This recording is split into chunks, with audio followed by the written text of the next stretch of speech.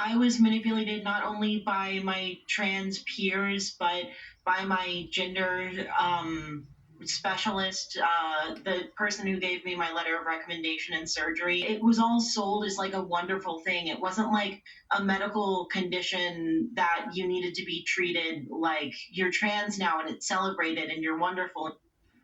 North Carolina woman is left heartbroken after going through gender transitioning at a young age, only to try to reverse course years later. 25-year-old Prisha Mosley says she was failed by her doctors, who led her down the path of cross-sex hormones and a double mastectomy, when all she really needed was therapy. And now she's taking her concerns to the courts, suing her doctors for fast-tracking her into transgender care at the age of 17. Prisha Mosley joins us now along with her attorney, Josh Payne. Prisha, it's good to see you again. Josh, welcome to you. Prisha, we've talked to you many times in the past. This was before the lawsuit. What's the basis for the lawsuit, and what was the thinking in filing it now? So the basis is that I was wronged and malpractice was involved. And my hope in filing it is that justice will be served, but not only that, but other people who have been wronged will feel empowered and like they're not alone. Right. You've told us before that you were having significant mental health issues as you entered adolescence, but that rather than treating the mental health issues, doctors pushed you toward transitioning. Did transitioning help you with the mental health issues at all?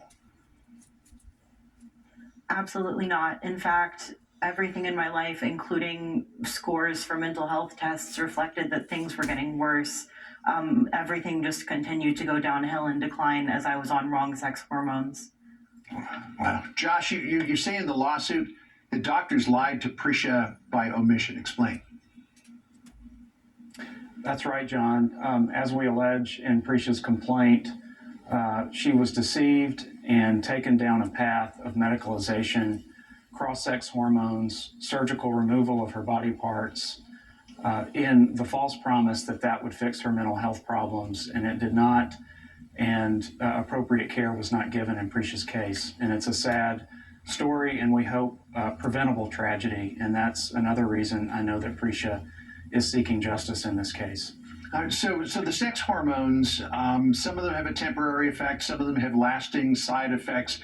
Definitely the double mastectomy is irreversible. As you now at the age of 25, Prisha, transition back to being a woman, what situation has that irreversible surgery left you in?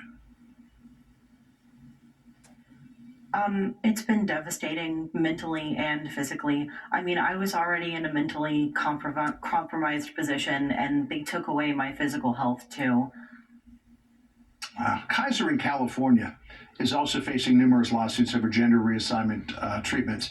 Kayla Lovedahl is one of those people who's suing Kaiser. In her lawsuit, her attorneys say, quote, "This case is about a team of doctors who decided to perform a damaging imitation sex change experiment on Kayla, then a 12-year-old vulnerable girl struggling with complex mental health comorbidities who needed care, attention, and psychotherapy, not cross-sex hormones and mutilating surgery." This is happening across the country. Josh, what is it? Is it social ideology? Is it pressure? Is it big business? Is it all of those things? Well, bringing it down to Prisha's case and our other clients, John, as our firm was founded this year to serve them, they're coming forward and they're saying, I was deceived, I was misled, this did not fix my mental health problems.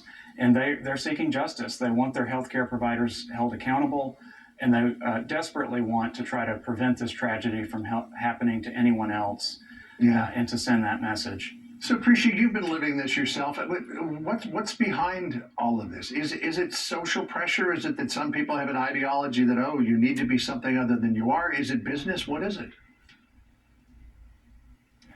I don't know why the adults that are in charge are pushing this, except for the fact that they are profiting from it and bolstering their credentials in this ever-growing business of gender-affirming care. But as for the children who fall victim to it, they've just been sold snake oil. It's always children who are vulnerable, which all children are. But on top of it, it's ones who have autism or who are mentally ill or suffering.